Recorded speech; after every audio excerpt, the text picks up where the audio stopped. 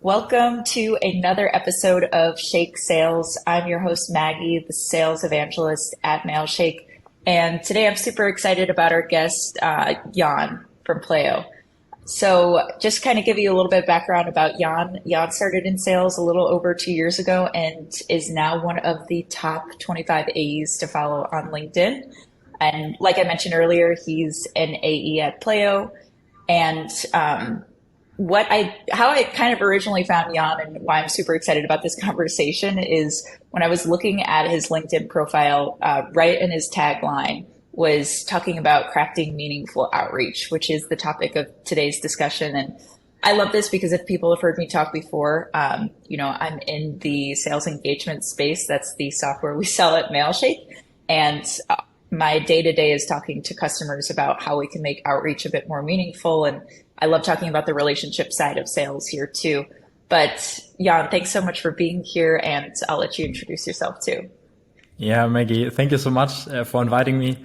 What an intro. I definitely do not feel like the top 25 AEs out there, 100% not. But it's great to be here. I have a lot of things to learn. I'm just in the beginning of my career, but I'm also happy to share some of the things that maybe haven't worked that well that I've learned, but also the things that maybe helped me to get to my number and even above that. So thank you so much for that nice intro. And yeah, looking forward to start this conversation with you. Yeah, this meaningful conversation. Exactly. But yeah. Awesome. So yeah, like I said, I did some LinkedIn profile stalking on you about meaningful outreach, and you talk about it in cold email there too. So I'm just curious, when you are crafting these cold emails and you have that in mind and you have this relationship mindset to sales, what are 3 questions, you should ask yourself before hitting send on a cold email? Yeah, I think it's a great topic to speak about. What I understand on a meaningful outreach, it's basically 2 things. And then I have one bonus question that I always ask myself. The first one, is this actually relevant? Like, is the message that I'm sending, is that relevant to my persona? Also the person that I'm trying to get in contact to, because I think that's the number one marker that we need to be aware of when writing an email, when reaching out to anyone, even over the phone. So does that actually make an impact into the day to day? And a good way to figure that out is if you don't have a product marketing team, is to just ask the people. That's what I've been doing in my first company. I just asked them, like, listening, how does your day to day look? And then I would understand how my personas actually work and feel. So that's the point number 1 that I'm like trying to figure out. Practical tip, to understand if things are relevant or not, enroll your own people into those sequences if you're selling into sales, right? That's what I did in the beginning. I enrolled my own head of marketing and would ask him if he would actually resonate with that. That's awesome. Into my entire sequence, right? So that's point number 1. Like, is this actually relevant? Mm-hmm. The second one, which is in my understanding a part of this meaningfulness, is personalization, right? Mm-hmm. And personalization is a very, like, you can call it a buzzword, I would say, but we need to understand that personalization is multi-level. Like, it's not about you, Maggie. Personalized can also be about, your company, or things your colleagues have been posting, right? So personalization can be really something that connects to you or your company, your industry, and so on. And that's point number 2. Make it relevant, make it personal. And then I think if you really want to, the third question that I always ask myself is like, am I writing as I speak? Right? When I send out this message, when I would read it out to my little sister or my little brother, would they get it? Without any pauses or ams or question marks, would they understand that flow? So when all these things are ticked, in my opinion, I'm very good to go and send it out. And then I've already spent enough time on that one email and can focus on the next. Yeah. Awesome. And you do something that I feel like is a bit brave as someone who, has been an SDR and an AE before, of enrolling someone at your own company into your sequence, which it feels uncomfortable. Like if your persona is reaching out to a VP and you work at a big company and, you enroll your own VP of marketing, like what, were you scared to do that at first? And how did that turn out for you? No, I just took him over a coffee and said, like, listen, I want to test it out if it works. I will just enroll you over the next 30 days. I'm going to enroll you full into my sequence. And you tell me the point when you actually would answer or when you would opt out. And it was super valuable to me because he said exactly like this, where this email is too long, this is too short. Of course, it's not representable, right? But it gives you another indication of feedback. And if the challenges that I would be addressing are actually connecting to the day-to-day problems that we need to solve. So this would solve the relevancy challenge. And I wasn't really afraid. I was more like, man, I'm going to give you more meetings. I'm going to increase your conversion rate. So you better help me out on this. And he was super helpful in that situation. So I can only recommend that. Of course, ask for consent before, but I think every marketeer or every persona would be happy to help you out on those things. Yeah, no, that's awesome. And I think it goes to show, what type of rep you are, as, you're not afraid to do those things. And it's another piece of feedback. And I think we get nervous sometimes being SDRs or AEs of getting that feedback. Like we sometimes don't want to listen back to our own calls, or we don't want to have our manager do that. And I think it's brave to do that, and great advice for other people out there, because I'm guilty. I never did that when I was first in SDR at the first company I worked at, but looking back, I wish I did. Yeah, and I think it comes down in the end. I think it's a key understanding. And it took me a lot of time, especially now when you were as well, as like, you are on an eye-to-eye conversation as an SDR or as an account executive. You're really on the same level, right? Even though you speak to the founder, even though you speak to all those VPs that have maybe 30 more years of experience, in the end, it's a conversation from me to you, from Jan to Maggie. And we want to, help each other out. So understanding that you should be yourself is a big learning as well I had. And I think this is connected towards enrolling a person. Like, go for it. The best thing you can get is actually feedback and learn from it. And maybe in the end, book those 2 more meetings that will get you into accelerator land, and be more successful within your role. Yeah. Yeah, absolutely. You bring a good point of like, just go for it. And I think sometimes we have all these playbooks for cold outreach. I'm sure that you've given frameworks on your LinkedIn profile, let's say, 6 months ago, that may need to be reiterated now. They might need to be changed and things like that. So, I think that's also a topic of conversation, and just advice that I would give people in the SDR role is, don't be afraid to test different things out, whether it's reaching out to your marketing manager and sending them emails, or, testing out things in your copy, because what's worked for me 3 months ago doesn't work for me today when it comes to doing outreach too. 100%. Don't get too overwhelmed with testing, though. I did that once, and then your results already turn upside down. Be mindful of your testing. Give yourself some time, and then you can get far. But don't test too much. You're already doing it very well, probably, but you want to get to the next step. So keep the things that work, make them better, make them more efficient, make them more scalable, and then focus 20-30% of your time to do those extra things. Do the funny meme, do the other video, or whatever your tech you want to actually try. Yeah, absolutely. Awesome. Yeah. And that brings into, our next topic of discussion here, of talking about video and I saw from your profile that you've created over 5,000 outbound videos. So what are some tips, you could give the audience about things that you've learned from recording those videos? I think the first learning is pretty obvious, but it's really hard, right? You in the beginning you start, and when I remember vividly when I started, and I had the goal to do 10 videos in an hour. I remember that, and after an hour, I only had done 1, and I was like, "Oh my God! Like how can I justify that?" I could also call or send emails, so how can I make it scalable? And I think that's tip number 1. Try to go under 1 minute and keep it short and sweet. Mm-hmm. So the way to do it is to first have like a talk track, maybe not a script, but a talk track on components you want to do, right? You want to have an intro, you want to have a problem statement, just like a cold email. Then you want to pitch the value, and then a soft CTA, right? So that's tip number 2. Have a framework, a talk track to start with, because you need that in the beginning to get going, because you need to build that muscle. Tip number 3, never rewatch the video. Just don't do it, right? You know, Really? done it once.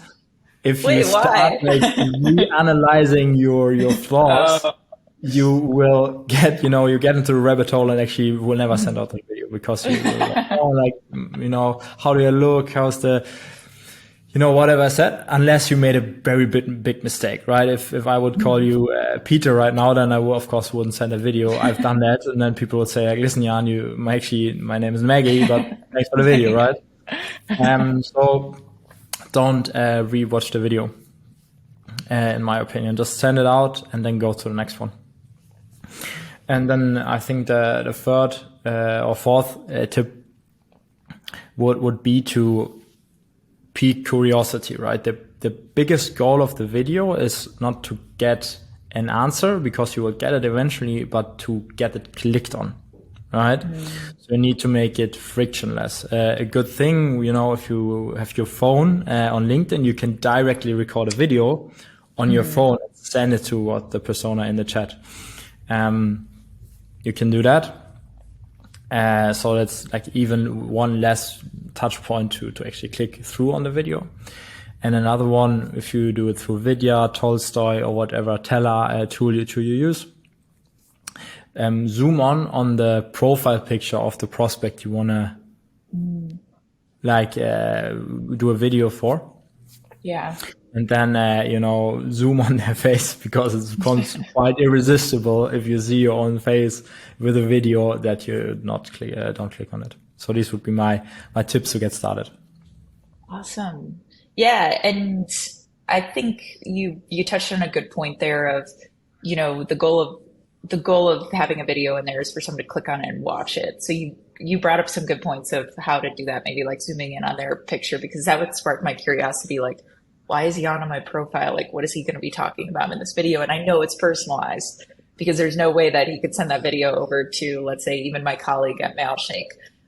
It would only be to me. But I'm curious, like, when do you, because like you said, video does take time, a bit more time than maybe crafting an email sometimes, and especially a personalized one. When do you typically introduce that in your, prospecting or in your outreach? Yeah. It's a very good point, and there's a study about it from SalesLoft, where we've seen in Europe that it's usually the third touch point where video is most efficient in a sequence, because you need to build a bit of familiarity to actually have someone click on a video, right? So you would have first maybe a LinkedIn Connect, then we would have an email, maybe a second email, and then a video email. In a sequence, I would suggest. But I think for me personally, the most effect I've seen with video is on LinkedIn, right? Because there you already have an environment that's more laid back. You can be a bit more flawless, and you actually increase the possibility of someone clicking on it, because it's frictionless. It's a less friction. You don't need to open the email. You have it directly there. So I would really suggest everyone to start doing videos on LinkedIn. I get prospected a lot right now for some whatever reason, but I've never received a personalized video. I think I received it once in 2 years. And this just shows the possibility of the space we have here. Yeah. So that would be my tip. Yeah, absolutely. And I love that you said LinkedIn. So Mailshake, we talk a lot about deliverability, and that's a lot of what I post about on LinkedIn. And having, like, I always tell people, hey, if you want to do video, do it obviously later in the sequence if you're doing it with emails, just kind of like you said.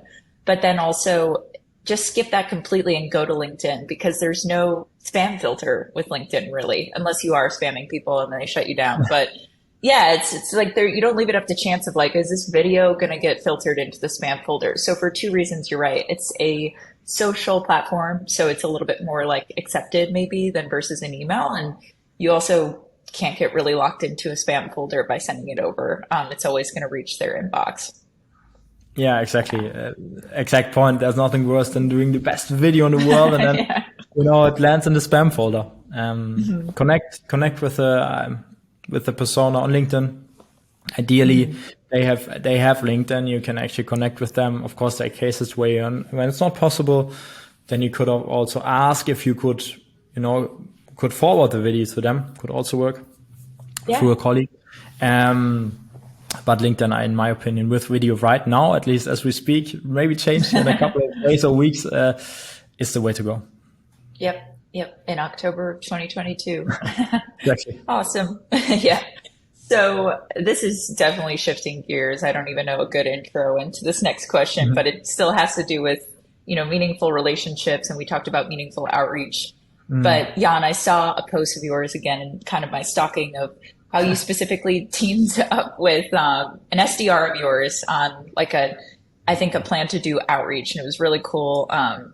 Maybe we can link it in the show notes here on this episode. But yeah, that relationship. So a lot of people talk about, having a good relationship with their SDR as an AE and vice versa. But I think it can sometimes be hard to foster. So, and that post was a great way of showing that you've done that. But how do you foster that meaningful and productive relationship with your SDR? Yeah, I think I had the privilege to be an SDR by myself, right? And I had the privilege also to work with really good account executives that always valued me. So I had a good upbringing, So, and I think that is key, because you need to understand the world of an SDR to be able to merge with them, right? And I really see them as they're not meeting bookers, they're strategic partners to a business, but also to me as an account executive. Like they are responsible for 30% of my yearly target, right? It's, they are my backbone. And the specific way on how I foster this relationship, speak to them. I gave my SDR, Anna, my phone number. And whenever there is a question, objection, she calls me directly. And we speak about it, right? And in the end, it's about building a relationship. So in the first meeting, we didn't speak about anything. We just spoke about the personal goals in the company and the fears. Like, what are you afraid of, with that role? How can I help you overcoming those fears? Where do you want to go? So really building a good relationship. And then it comes down a bit to the tactics as well, like the planning. So we always have a kickoff meeting at the beginning of the week on a Monday. We sit together half an hour for an hour to just go through the accounts that we want to go after this week. I always prepare 10 to 20 accounts, give it to her and said, like, listen, this is what I'm going to do. This is what you're going to do. And I expect you to follow up on that. And during the week, we, chat twice, 3 times a day on the phone or in the meetings that we have, and follow up on that. And on a Friday, we usually do the roundup, speak to the things that we've learned, how the meetings went, and what answers we got. And this is a bit the rhythm of, how we try to, achieve great results together. Bit of an overview. No, that's awesome. It's, a proactive relationship instead of maybe a reactive one. So you're, giving your phone number out, you're saying, hey, let's talk about these other things. You're setting up goals for the week. And you're, thinking about it as the strategic partnership. They're not just someone who's booking meetings for you or an appointment setter, which sometimes they get called. I had gotten called that when I was a BDR and an SDR before too. And it's like, you're on the same playing field, and it's easy for you to do that because you were an SDR before them too. So you know how it feels. So you can almost kind of take that as advice of, hey, I don't want to feel this way, or I don't want this person to feel this way, or maybe a way that I felt, or things like that. And I think also in remote work too, it's good that you gave out that phone number, because I think sometimes as SDRs, it's a pretty lonely world out there. And it's maybe the first corporate job that they've ever had. And, that could feel really, really scary to someone. And specifically, I know you're doing this job of fostering that relationship, but is that something your manager has like a piece in too, of having that relationship fostered between SDRs and AEs? Yeah, of course. So what we do, we are split in verticals, and every account executive is sort of managing or leading a team of SDRs, and that's like called their pod. So everyone has a pairing. It has focus on a specific vertical, right? And then we get together, last month we met the entire company, and we went to Croatia together. And then of course, as AE, you sit together with your SDR, right? Because that's your team, right? You go out for a drink and you have fun together. Now we're going to visit them hopefully in Lisbon, because that's where they're all sitting. And, so we really try to actively foster those relationships and just try to help them understand how important their role is. Like, just a specific example today, the entire company of Pleo is cold calling, right? So our CEO flew down to Lisbon to the academy. And so far, I think now it's like 5 day book, I think 150 meetings in one day, right? In one day.